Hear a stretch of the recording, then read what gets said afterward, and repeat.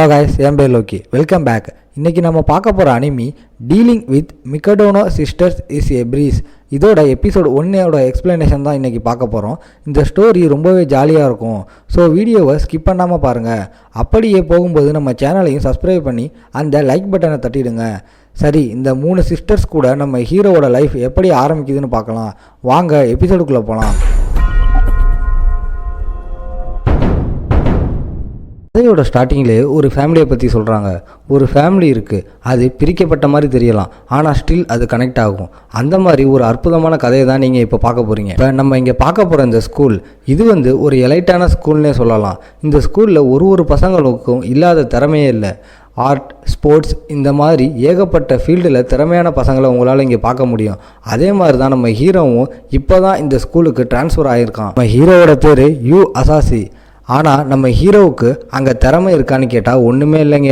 அந்த டீச்சரும் பயங்கரமாக கத்துறாரு, உங்கள் அம்மா மாதிரி உனக்கு திறமை இல்லையடா. ஏன்னா நம்ம யூவோட அம்மா இருக்காங்கள்ல, அவங்க பெரிய ஆக்டர்ஸ். இந்த மாதிரி ஒரு பெரிய ஆக்ட்ரஸோட பையன்தான் இவனே. ஏன்னா நம்ம ஹீரோவோட அம்மா சுபாரு, அவங்க பெரிய ஜீனியஸ். சின்ன வயசுலேயே அவங்களுக்கு எவ்வளவு திறமை. அவங்க போகிற இடம் முழுக்க அவங்க தான் டாப்பே. ஆக்ஷன் வந்துட்டால் கூட அங்கேயும் டேஞ்சரஸான ஸ்டண்ட்டெல்லாம் பண்ணுவாங்க. இந்த அளவுக்கு ஒரு திறமையானவங்க.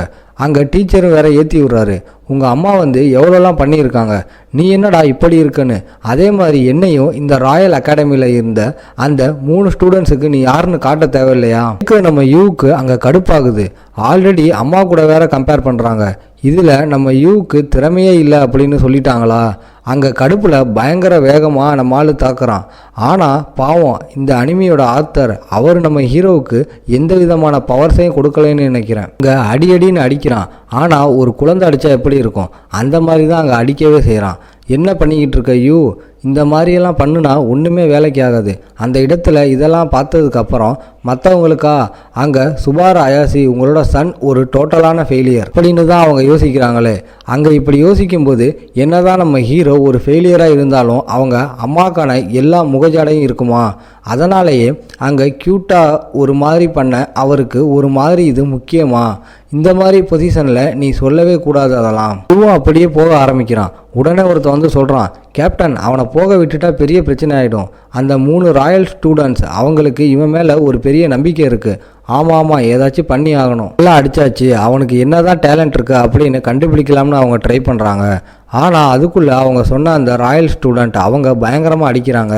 அவங்களோட பேர் நீக்கோ. இவங்க தான் மார்ஷியல் ஆர்ட்ஸ் கிளப்போட ஒரு ஹெட்டு. இந்த இடத்துல இன்னமும் ஒரு 2 பொண்ணுங்க வராங்க. பொண்ணோட பேர் கசுக்கி, இவருக்கால இவ நிக்கோ. இவங்க 2 பேரை பார்த்து எல்லாருமே ரொம்ப வியந்து போகிறாங்க. 3 பேருக்கும் அவ்வளோ திறமை இருக்குது. ஷோகியில் ஒருத்திக்கு திறமை இருக்குது, இன்னொருத்தருக்கு அத்லெட்ஸ் இதில் திறமை இருக்குது. ஒரு வகையில் இவங்க தான் இந்த ஸ்கூலோட ஒரு ரூரல் மாதிரி. யூ சுத்தமாக எதிர்பார்க்கல இவங்க 3 பேருமே முக்கியமாக பொண்ணாக இருப்பாங்கன்னு. அங்கே கசுக்கியும் நம்ம யூ கிட்ட ஏதாச்சும் திறமை இருக்கான்னு கேட்குறா. ஆனால் அதுக்கப்புறம் தான் உங்களுக்கு தெரிய வருது, நம்ம யூ கிட்ட எந்த விதமான திறமையும் இல்லை. உனக்கு திறமை இல்லைனா இந்த ஸ்கூலில் இருக்க உனக்கு தகுதி இல்லை. ஆனால் யூ அங்கே சும்மா இல்லை. அந்த இடத்துல அப்ளிகேஷன்லாம் காட்டுறா. நான் ஜென்ரல் எஜுகேஷனில் ஜாயின் பண்ணலாம்னு வந்தேன். ஆனால் அவங்க நல்லா யோசித்து பார்த்தா அந்த மாதிரி ஒரு விஷயம் இருக்கிற மாதிரி அவங்களுக்கு தெரியல. பார்த்து நம்ம ஆள் ரொம்ப ஆச்சரியமாயிடுறான். அந்த இடத்துல நம்ம ஹீரோவுக்கு தெரியும், இங்கே ரொம்ப நேரத்துக்கு இந்த இடத்துல இருந்தோம்னா நம்மளுக்கு தான் பிரச்சனை. அதனால் பாய் சொல்லிவிட்டு அங்கே போவானா. அதுக்குள்ளே அந்த நீக்கோ தடுக்கிறா. அதுக்குள்ளே நீ எங்கே போகிற? டோஜோலாம் நீ மொத்தமாக க்ளீன் பண்ணணும். என்னாலலாம் க்ளீன் பண்ண முடியாது, ஏன்னா தேவையில்லாமல் நான் இங்கே வந்தேன். அதே மாதிரி இந்த டெஸ்ட்டையும் நீங்கள் தான் எடுக்க சொன்னீங்க. டோஜோவை பொறுத்த வரைக்கும் ஒரு ரூல் இருக்குது, இந்த இடத்துல யார் லூசராக இருக்காங்களோ அவங்க தான் இந்த இடத்தையும் க்ளீன் பண்ணணும். ஸோ அதுபடி பார்த்தா நீ தான் க்ளீனே பண்ணணும். இங்கே நம்ம ஹீரோவுக்கும் வேறு வழி இல்லை. அவன் தான் அங்கே க்ளீன் பண்ணுற மாதிரி இருக்குது. மொத்த இடத்தையும் அவன் க்ளீன் பண்ணுறான். அந்த இடத்துல க்ளீன் பண்ணிட்டேன்னு சொல்லிட்டு அவன் கிளம்புறான். எல்லாருமே பார்க்க அந்த இடம் அந்த அளவுக்கு க்ளீனாக இருக்குது. அவங்களோட கண்ணையே அவங்களால நம்ப முடியலை. அதுக்கப்புறம் நம்ம ஹீரோவும் போகும்போதே சொல்கிறான், என்கிட்ட அவ்வளோக்கும் எங்கள் அம்மா கிட்ட இருக்கிற மாதிரி திறமெல்லாம் இல்லை. சின்ன வயசுல இருந்தே ஒரே ஒரு ஆசை தான், இந்த மாதிரி எங்கள் அம்மாவை மாதிரி ஆகணும் அப்படின்னு தான் ஆசைப்பட்டேன். ஏன்னா எங்கள் அம்மாவை இப்படி எல்லாருமே பாராட்டுறாங்க, இது போலவே என்னையும் பாராட்டுவாங்கள்ல. அதுக்காக நான் எவ்வளவோ ட்ரை பண்ணேன்.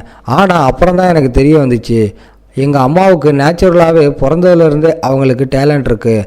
ஆனால் இதுவே நான் ஒரு நார்மலான ஒரு பையன்தான். எனக்கு அந்த அளவுக்கு பெருசாக எந்த விதமான டேலண்ட்டும் இல்லை.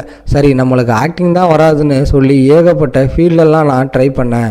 ஆனால் அப்புறம் தான் தெரிய வந்தது எனக்கு எதுவுமே ஒத்து வரலைங்க. அதுக்கப்புறம் என்ன, எங்கள் அம்மா வந்து கொஞ்சம் கொஞ்சமாக தனியாக பிரிய ஆரம்பித்தாங்க.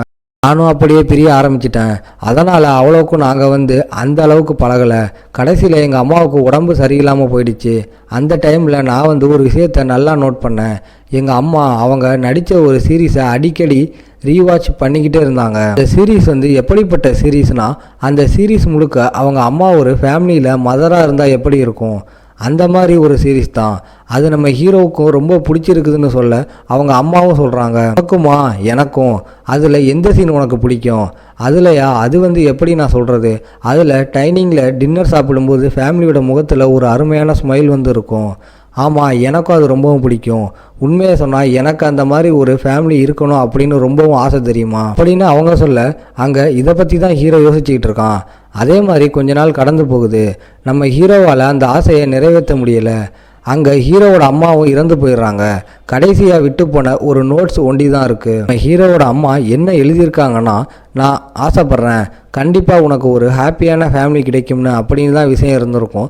அந்த இடத்துல அதையும் அரேஞ்ச் பண்ண நம்ம ஹீரோ சொல்லியிருப்பானா, கடைசியாக ஒரு வீட்டுக்கு அவங்க போக சொல்லியிருப்பாங்க. அந்த வீட்டுக்கு வெளியிலையும் மிக்காடனோ அப்படின்னு போட்டிருக்க அந்த வீடே ஒரு பெரிய மேன்ஷன் மாதிரி அவ்வளோ பெருசாக இருக்குது. உள்ளே நம்ம ஆள் போவானா, ஆனால் அதுக்குள்ளே வீட்டுக்குள்ளே எவனோ ஒருத்தன் பூந்துட்டான்னு சொல்லி நீக்கோ பயங்கரமாக தாக்க வரா. யூவும் புரிய வைக்க ட்ரை பண்ணுறான். நீங்கள் நினைக்கிற மாதிரி நான் ஒன்றும் திருட இல்லைங்க, என்னால் நம்ப முடியலை. நீ வந்து அவனே தானே, என்னோட வீட்டில் நீ என்ன பண்ணிக்கிட்டு இருக்க? இதை கேட்ட அவன் ஆச்சரியமாகறான். அங்கே தாக்கலான்னு வரும்போது அப்படி அவள் விழுந்துடுறா. அவளோட தலையும் அங்கே காயமாக இருக்கும். அதுக்காக நம்ம ஹீரோ வந்து ஹெல்ப் பண்ணுறான். அங்கே அவங்க ஸ்டார்டிங்கில் ஒத்துக்கலை. ஆனால் இதுவும் மார்ஷியல் ஆர்ட்ஸோட ஒரு பங்குன்னு சொல்ல வேறு வழி இல்லாமல் அவள் ஒத்துக்கிறா. சரி நீ பண்ணு. அதுக்கப்புறம் அங்கே 2 சிஸ்டர்ஸும் வராங்க. அவங்க வந்து கேட்குறாங்க, ஆமாம் இவனை எங்கேயோ பார்த்த மாதிரி இருக்கே, இவன் வந்து அவனே தானே? ஆமாம், நம்ம கூட பார்த்தோமே அதே பையன்தான். இவனுக்கு இங்கே என்ன வேலை? இவன் நம்ம வீட்டுக்குள்ளேயே பூந்திருக்கான், கண்டிப்பாக திருடத்தான் வந்திருப்பான்னு நினைக்கிறேன். அங்கே ஹீரோவும் புரிய வைக்கிறான், என்னது உங்களோட வீடா? அப்புறம் தான் அங்கே ஒரு ஃபோன் கால் வருது. இதோட இந்த எபிசோட் முடியுது. உங்களை நான் அடுத்த எபிசோடில் பார்க்குறேன்.